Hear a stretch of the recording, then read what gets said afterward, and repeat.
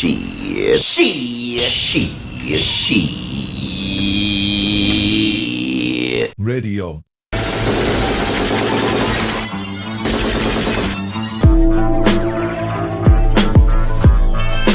Great, man.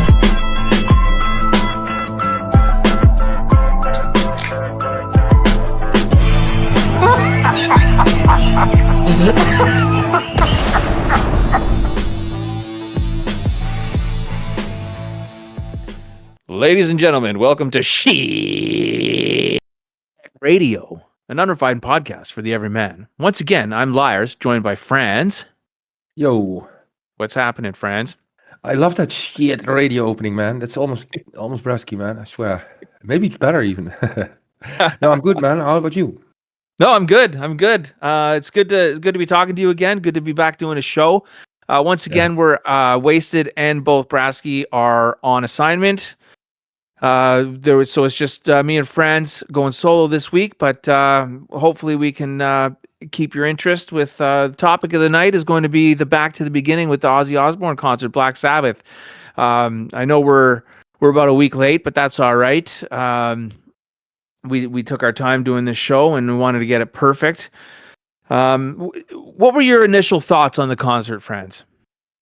Oh, well, it was fucking great. I mean, all in all. I mean, and you know, I loved how Ozzy was still there, and yeah, he so deserves this, and yeah, it's just magical, man. I mean, they should honor their heroes, and they definitely did, man. And so, all in all, I loved it. Yeah. What was one of the highlights for you? Yeah, Ozzy himself, of course. Yeah. Because it was so good, man, and he was so it was just amazing, man. It's just fucking amazing, really. And all things considered, with Ozzy, how he came up on his throne and yeah, like the real king, and that was so great, man. And yeah, man, yeah. That's like all things considered with Ozzy, given all of his health issues and age and whatnot, he was fucking fantastic. It was great, man. He sounded great, and exactly. Black Sabbath sounded great. Bill Ward on drums was amazing. It was good to see Bill Ward back there with the band. Yeah, Iommi is always good, as Geezer Butler, in my opinion, is criminally underrated as a bassist. He's probably one of the main songwriters in Sabbath. I know he did a lot of the lyrics, but his bass playing is phenomenal. Just those four guys together, man. There's something magical when those four guys get on stage. Definitely, man. But they made this genre actually almost, man. Oh, they totally did, man. It's always a debate as to who's started heavy metal, whether it was Led Zeppelin or Black Sabbath. Black Sabbath, Zeppelin, I won't even put Zeppelin in the heavy metal category, even though they were classified as that early on. But they were good, but yeah, they were good. I mean, I'm not trying to take anything away from Zeppelin; they're one of my favorite bands. But just you can hear a lot of genres in Black Sabbath's music. One genre that I hear a lot of, and this is a genre that I'm just getting into. Well, not just getting into, but recently have gotten into is stoner rock, with bands like. Well, I mean, you can hear Sabbath, and you got bands like Fu Manchu. We've talked about stoner rock before on this show, so I'm not going to get too much into it. You hear a lot of those elements in a lot of the early Black Sabbath, so specifically the stuff with Ozzy. You hear a lot of that kind of doom metal and kind of that stoner rock vibe to it, and I think it's great. One of the highlights for me. Well, definitely was Ozzy, like you said. When Ozzy was singing "Mama, I'm Coming Home," and everybody in the audience was crying. There was like a lot of people with tears in their eyes. Yeah, definitely. It was something, man. It was something really special magical. There. Yeah, it was magical. It was magical, and I thought he was gonna go into it, or like, yeah. I mean, he picked up after that, very great. But yeah, it was a sad moment. But yeah, really, awesome to see, and so much deserved also, man. And I swear he loved it, man. And his vocals, everything was top notch, man. And the whole day, I mean, also Jason Momoa, or how the fuck you announce him, I don't know. He was surprisingly good, and He's also Yeah, really a big he was fan, you know. great. When he went into the crowd and he was crowd surfing, that was pretty cool. Struck me. Just him being there, introducing the band, you could tell he was a fan of all the bands or a lot of the bands that were there, and him introducing them was pretty cool. I do want to point out Lamb of God's cover of Children of the Grave. I don't even know if you remember that, but Yeah. it was amazing, man. Those guys nailed it. They hit it out of the park. There were a few highlights. Steven Tyler. I mean, it goes without saying that everybody's talking about Steven Tyler, about the Yeah, he cover was of also Whole good, Lot of man. Love that he did. Like I mean, how old Steven is Tyler, it's 77 years he's old, man. The guy he's still yeah, but sounds he's supposed to amazing. he was supposed to quit because of vocal problems, man. Yeah. And if you can, and here we are with Axel. I mean, I don't want to start shit, but I mean, he should stop. But actually, we'll but we'll get to Guns N' Roses in a yeah, second for sure. But sure. it's Steven Tyler was amazing, man, amazing. Yeah. You know, Yeah. yeah, so good, man. Yeah, He's everybody was. it's too bad that they had to it's too bad that it's going to be a one-off with Steven Tyler. I was fortunate enough to see Aerosmith quite a few times. I saw them once. Quite a few times over the years, and man, always some of the best concerts that I've been to, just I love. cuz they're just professionals on stage. They may hate each other off stage and they may not talk to each other on stage, but you sure can't tell that when they're on stage together, the chemistry is just oozing between all five of those guys. And Yeah, they all sound great. There's Joe Perry's phenomenal. You know, Hamilton is great. All of them are great. And Steven Tyler always sounds great, right? And the yeah, rendition of sure. "Whole Lot of Love" that he did was, it just I think it was a little reminder to everybody that Steven Tyler still has it, man. Yeah, sure, man. But then, yeah, but there were so many great performances, man. It was amazing, like really, yeah, so cool. And I watched the stream afterwards. I didn't have tickets, obviously. I wasn't there also, but yeah, imagine being there, man. That was such a great salute to Oh, fucking rock and roll. And amazing. I was also amazed that to still see some pretty young people in the crowds, because the young people usually don't listen to this shit, to Yeah. this. They don't listen to shit. That's what I wanted to say. But yeah, so there's still hope for the future. But it was like a big salute, man. And so yeah, again, so well deserved. And he took it. I mean, yeah, how he was on his throne, like so fucking epic vocals, and yeah, it's just Yeah. amazing, man. I Yeah. can't have words for it actually. He definitely sounded good. Some of the bands, Rival Sons were good. I really enjoyed them. They were at I the saw beginning. they were pretty good. I saw them. They opened up for GNR when I went there in Germany last month or a month ago. Oh, did they? Yeah, they did. Yeah, they were pretty good How actually. how were they live? They were very good, man. I was Yeah. surprised. And actually, there was one gig, I can't remember which one, that had as a headline, or there was a headline in the newspaper that the opening band, smashed GNR away. Yeah, like GNR used to kill every opening, or it Yeah. used to be an opener and destroy the main band. One newspaper said that it was this with Rival Sons. Yeah, but yeah, they were really good live. I was surprised actually. One How good one they thing were. I'd like to see. I know Soundgarden was supposed to be there, and they backed out at the last second for whatever reason. So Soundgarden I don't want to say it's Soundgarden because it's not Soundgarden without Chris Cornell, but they they were supposed to be playing the surviving members with their new lead singer was supposed to be at the show, but apparently they pulled out at the last minute. Now there was speculation that was the band that Sharon Osbourne kicked off, but I think that's been debunked. To be honest, I don't even know if there really is a band that Sharon kicked off or it was just a media play. I don't know. I'm not I going to don't know. speculate on anything. But what I'm trying to get to is I'd like to see that lead singer of Rival Sons do like a collaboration with the surviving members of Soundgarden, and I'd love to see that guy sing some Soundgarden songs because I think he would fucking nail them, man. Oh, definitely. Yeah, I would love to see him replace Miles Kennedy. Play with Slash. That would be great. Yeah, But, Miles and Slash have put out 4 albums. They could get a different singer now, right? That would be all right. I'm with you on that. I think he would do great with Slash. but it was this Rival Sons singer was really good, man. Yeah, that amazed me how nice he was. Yeah, they're pretty good. I enjoy them. I enjoy their music. Going down the list, Mastodon was pretty good too. Slayer. Just for reference, though, every band that played did a Black Sabbath cover, which I thought was cool. With Guns N' Yeah. Roses doing the most, they did 4 covers. Of 4 of their 6 songs that Guns N' Roses did were Black Sabbath covers. Yeah. Like I said, we'll get into that a bit. We're going to get to Guns N' Roses. We'll talk in depth about them because we're all Guns N' Roses fans on this show. But we'll get to them. But let's going down the list. Anthrax did Into the Void. I also thought Anthrax did a very good set. They played Indians as well, and then went into the Void. Hailstorm did an Aussie cover, Perry Mason again. And I don't want to keep saying they were good. They were all good. Every band was good. There was one band that I didn't really think was all that great, and I'll get to them. Like I said, Lamb of God did Children of the Grave, and then Tom Morello's All Stars did a mix of Sabbath songs and Aussie songs.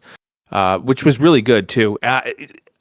Probably one of the more underrated songs of the night, and maybe because he's a bit of a clown, but Jack Black did that cover of Mr. Crowley, which I thought he nailed it. Jack Black, as much as you can give him whatever you want, think of him whatever you will, but I love his band. He has this band. I forgot Tenacious D. Yeah, I love him in Tenacious D as well, man. Man. He's great. I mean, I don't know if there's controversy about his personality, but I love him. He nailed it, man. Definitely. For sure he nailed it. And then Alice in Chains came on, and they did a cover of one of my favorite Sabbath songs, "Fairies Wear Boots." That was really good. The only band that I didn't see was Gojira. Okay. So I don't have. They played Under the Sun. Under the Sun is what they played, exactly. Yeah. Was it good? How was it? Well, yeah, I have to say I'm not too much into that band. I mean, I guess it was a good cover, but it's because there were quite a few bands that I'm not especially fan of or know too well, being one of them. Right.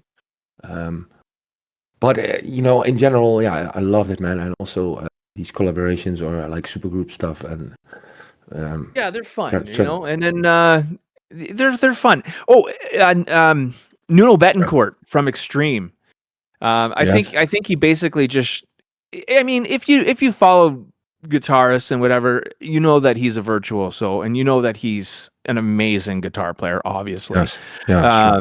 But I think he kind of just showed the world just how good he was at this concert, because I went to work on Monday, and people we were talking about, and people were like, "Who's that Nuno?" And I was like, "Nuno Bettencourt," and they're like, "Yeah, Nuno." Yeah, I was like, "Yeah, he's amazing."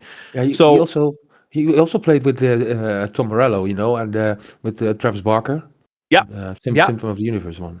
That's the one you mentioned. Yes, no. Symptom of the Universe, exactly. Yeah. That was. I love Travis Barker. I like a lot too. Great. Travis Barker's awesome, man. Travis, he's so good. He's so good. So what was that? I mean, it was so What's good, that? man. Also, but I mean, what else did you have? Like Pantera doing Electric Funeral. Yeah. So moving on, we had, like I said, we talked Steven Tyler, and then Pantera did a cover of Electric Funeral and Planet Caravan. 2 awesome Black Sabbath songs, by the way. I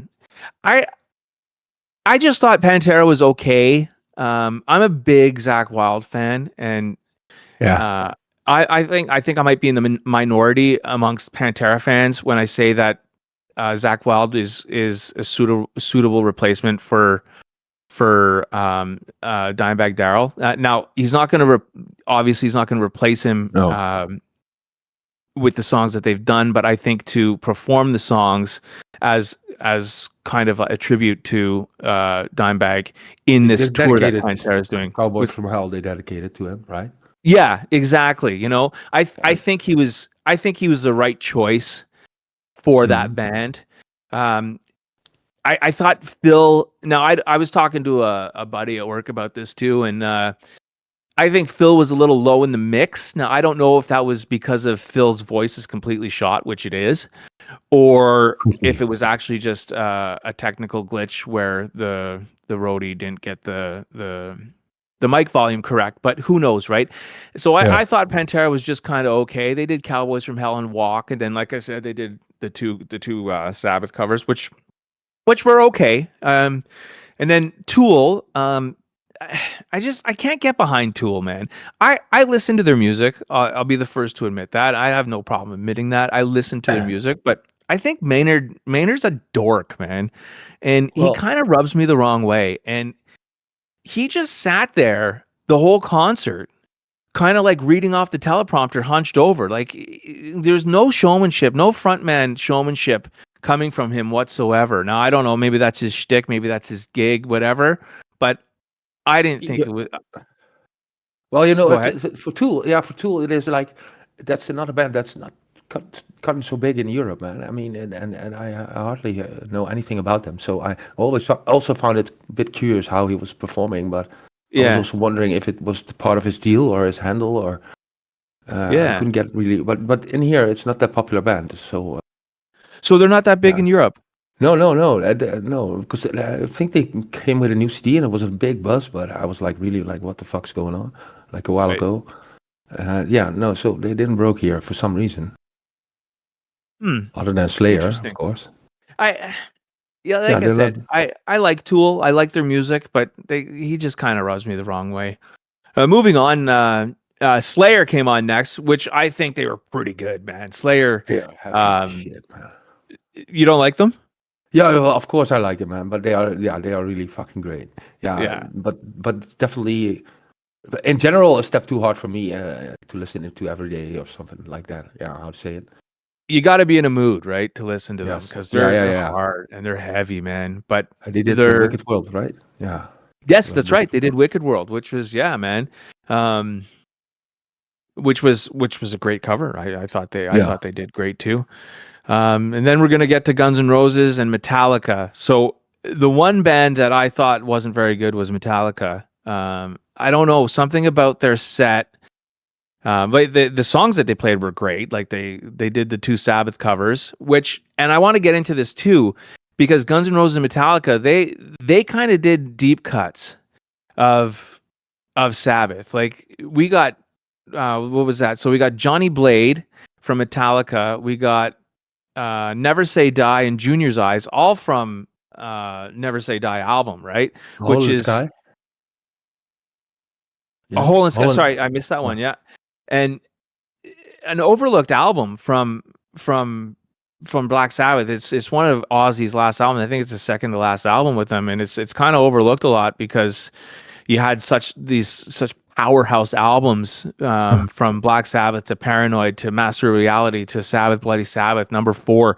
You know, there's such powerhouses of albums. And then you had Technical Ecstasy and Never Say Die, which weren't as critically acclaimed as the other ones. But I will say that Never Say Die, that for the longest time, that was one of the only Sabbath albums that I had. So Okay. that's what I listened to when I put on Black Sabbath. I mean, it's different now with streaming and stuff, but like growing up and stuff, when I put on Black Sabbath, that's what I put on was Never Say Die because that's what I Yeah. had, right? And Yeah. I don't know, I like it. I think it's a great album, and it was pretty cool to see a band like Guns N' Roses and a band like Metallica doing these deep covers of these kind of obscure songs off this almost forgotten album, which was pretty cool to me. Most definitely, man. And yeah, GNR. If you, I mean, they opened up with the all, It's All Right, and I knew it Yeah. was a Black Sabbath cover, and I think it might be the since 1993 that they played it. It's of course a very short song, but Axel was so fucking bad, out of timing and all that shit. So Uh, yeah. they were Yeah. right. On It's All Right, Welcome to the It wasn't Jungle all and right. Paradise City, Axl was out of time. Yeah, on And his own songs, right? on his own songs, he was out of Or time, yeah, which It's I All Right thought is was not his own song, but he played it many times before, so yeah, yeah, yeah. you could consider it his own song then. Yeah, fair enough. Yeah, fair enough. I think we get what we're saying here. Yeah. It was just to me it was I was shaking my head because they went into to Never Say Die, which I thought, okay, so the 3 covers that or the 4 covers that Guns N' Roses did was It's All Right, Never Say Die, Junior's Eyes, and then Sabbath Bloody Sabbath. Yeah. And Mhm. They did It's All Right. Axl was in his lower register. It sounded good. He was good. It was a little bit like we said, he was a bit off timing. But A little bit. a little bit. But Oh, then okay. when he went into Never Say Die, I thought like the band sounded phenomenal. And Yeah, most me definitely. personally, I thought Axl sounded good on the Sabbath covers, especially Never Say Die and Sabbath Bloody Sabbath. Like I thought he was spot on. And I'm reading on Facebook and Twitter X and Threads, whatever. A lot of people are saying, give it up, Axl. You sound like shit. Blah blah blah blah. I disagree. I thought he sounded good. What were your thoughts on it? Well, it's exactly like you say, man. He was on his own songs. He sound not so good, man. And yeah, but we already knew that. I mean, or at least I knew, and I still think that's still like it. I mean, but these covers, he nailed them pretty good, and maybe I don't know why, but the timing was horrible, and but yeah, there's a lot of critics about the whole show, but there's also a lot of people that, and that's what I don't understand is that they say that Axl was fucking good and really great also on Welcome to the Jungle, which is just basically either you're fucking deaf or you're looking at something different. Yeah. But they still play these covers actually because of course they're on their own tour now, and they already played the Sabbath Bloody Sabbath. And Never Say And Never Die. Say Die. Yeah. Yeah. So you can think of it what you want, but you can say, oh, it's another cover in a GNR show. I mean, they already have enough, but yeah, it's a cover that he pretty nails pretty good. So yeah, Yeah. that's better than listening to his own shit that he fucks up.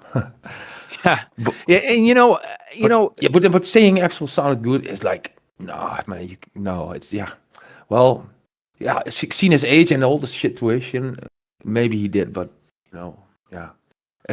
Sometimes it was also like unhearable, man. Because we know so well. I mean, the general crowd don't listen to GNR as much as we do, or know every fucking in and out, and they probably love it. But yeah, if you're really true, it wasn't too good, man.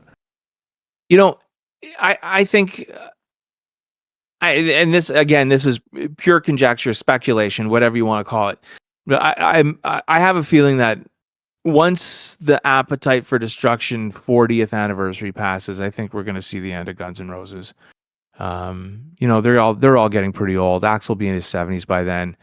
Maybe a couple shows here and there, maybe some festivals or whatever. But I don't know. I don't think we're getting any new music, and I don't think we're going to get too many more tours. But that's just me. I hope he will stop touring because he's just. It's some embarrassing sometimes, man. And he's such a good singer, and I still appreciate him for fucking up his vocals back in the day for us. Yeah, but, man, it's becoming like, it's becoming sad, man, to see. I think the thing with Axl is that, I think the thing with him is that everybody remembers him from the 90s, and everybody remembers that raspy, high-pitched, demon-like voice that he had, which was phenomenal in the 90s, in the early 90s, late 80s. And people, that's when they think of Axl live, that's what they think. And they hear him now. And if you do a comparison of, a song from now as opposed to during the Use Your Illusion era, you don't know what you hear, it's man. not that different. The thing that's missing is the rasp. I mean, he's not like, people are saying that he's going into Vince Neil territory. I disagree with that. He's not out of tune. No, that's true. But what the most weird thing is that now this tour, he seems very energetic. He's fit as fuck. He wants to go, and he really goes for it. And he's like talkative, and he's enjoying himself. And other than to when his career there was, like he was playing against his will sometimes. And I wish he had the vocals or the energy back then. I'm talking about the new Guns era or start of not his Lifetime tour. But but sometimes it's just really bad, man. Certain songs, sometimes it's bad. Sometimes people get them off stage for it, man. I mean, you wouldn't pay for that, Right. But obviously we hear it differently. But I should maybe not compare always to the old days, but that's where people compare them to, And he had 10 different sorts of vocals. And actually, I think only Bad Obsession is one of the best songs that still sounds good, like I said last time, because he uses his lower vocal region. Sure. But if he needs to scream, man, it's just...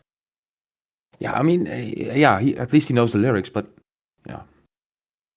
Yeah, what can I Yeah. say, man? Yeah, I just feel like that, and hopefully they will retire, and he will start putting out his old stuff and live from that. I don't know. We'll see. I mean, we'll see. Time will tell. But getting back to the Black Ozzy. Sabbath, back to the beginning Yeah, show, it was like I said. I'm gonna give them props. I'm gonna give the band props, not just Axl, but I'm gonna give the band props yeah. for 4 of their 6 songs that they did were Black Sabbath covers, and I thought Yes. that was right. I thought that was the right thing to do. Also, they played tonight. They played in Poland, and they Yeah. did Junior's Eyes. So Oh, did they? yeah, they did. So they played 3 covers again. Except for yeah. Perfect. I like that. It would be nice. Why? Yeah, you would wonder why he don't open with "It's All Right Now" before November Rain, because yeah, he didn't do that. But maybe we will. But he was horribly out of time.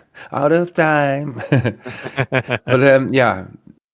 But all in all, going back to Ozzy, it was man, how he rose up from this throne, and how people Yeah. like, yeah, it was so amazing, man, and it's so well deserved, man. Thou should honor thy heroes, and I'm also thinking that if you think about all these bands that are coming back now, if they didn't come back on stage like Metallica and still performing, what is left then, man? There's no rock anymore, man, and no people like playing real instruments. It's just fucking great, man, and yeah, So it was also like sort of a farewell to rock and roll. That's how I kind of felt like it. that's what I'm Yeah, getting. That's what I was gonna say. I was reading online how it was a farewell to Ozzy and Black Sabbath, but it was also a farewell to like Gen Xers, like um Gen Xers music, like Gen Xers rock yeah, shows, right? Because just like you said, nobody plays. Well, I mean, there are bands that do play, but for the most part, everything is auto-tuned now and everything is pre-recorded, right? And everything yeah, has backing vocals, and these were I mean, for the most part, these were our heroes growing up, right? yes, Like, exactly. it'd be Guns N' Roses, Metallica, Slayer. Yeah, There was some newer bands there, like Lamb of God. Well, Lamb of God's been around for a while, but like newer bands like the Rival Sons and whatnot. But Alice in Chains were there. Like a yeah, lot of like Steven Tyler of Aerosmith was there. Tom yeah, Morello from Rage Against the Machine. These are the bands that all us Gen Xers grew up on, and it was kind of yeah. like a farewell to that as well, too. Just like you said, right? It's a farewell to rock and roll.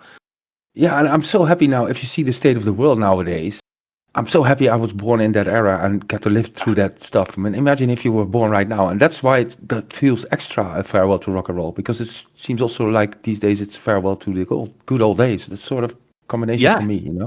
yeah, That's kind of how I felt in it.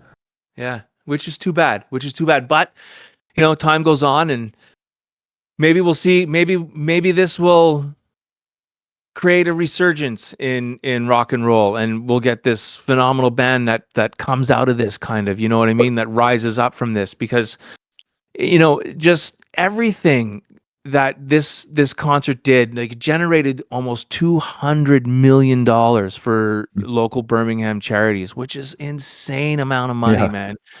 And exactly. Yeah, you know Sharon Osbourne telling the bands that their appearance fee is going to be waived, and it's going to be a donation to the charities, right? Which yeah. was, it's just, everybody did this. Everybody that was there because they wanted to be there.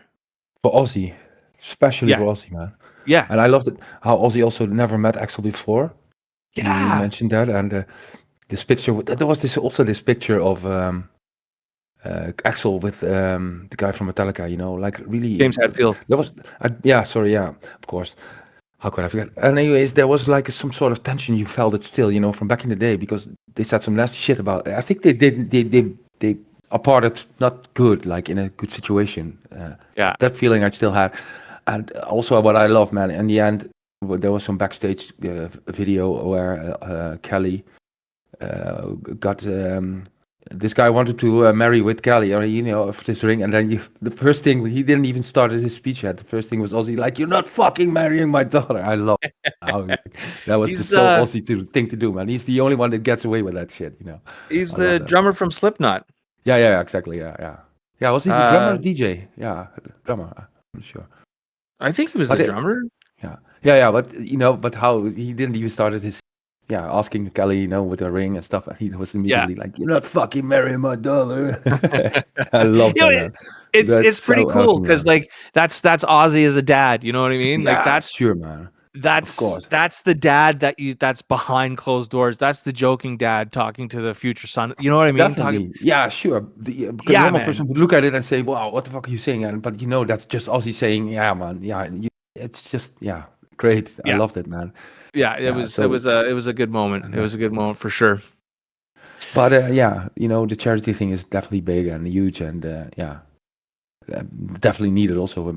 I'm not sure Yeah. what the charity exactly was.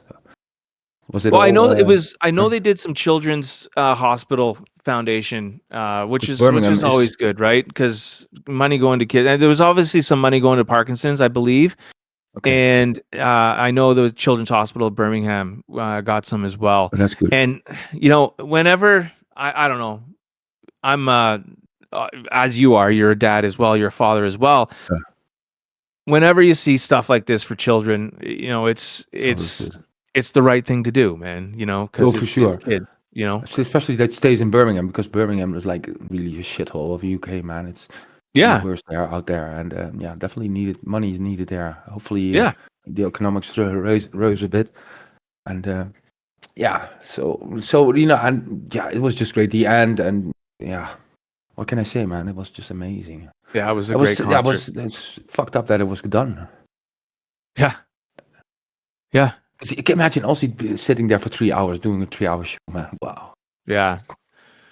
And he was so It's fucking good also. he was good. He was good. Because I the mean, last time I saw him was like in Graspop was like maybe 2010, where they were Ozzy was on the bill, and Guns N' Roses, where they were not reunited back then, and I think Saturdays Slash played with his band, and then Sundays GNR came, but also Ozzy, and he was so fucking wasted, and all he was like shooting foam with a foam cannon, like screaming unlistenable words, and totally out of his mind. And this was really good, man. Yeah, and the yeah, throne, and I get visions of Axel in his throne, and I thought, man, yeah, this is like 10 times this and more epic, yeah, yeah, and deserved. yeah. Absolutely, it was deserved, and Yeah, their legacy, his legacy, their legacy is going to live on. I imagine the streams on Spotify and other platforms are going through the roof right now.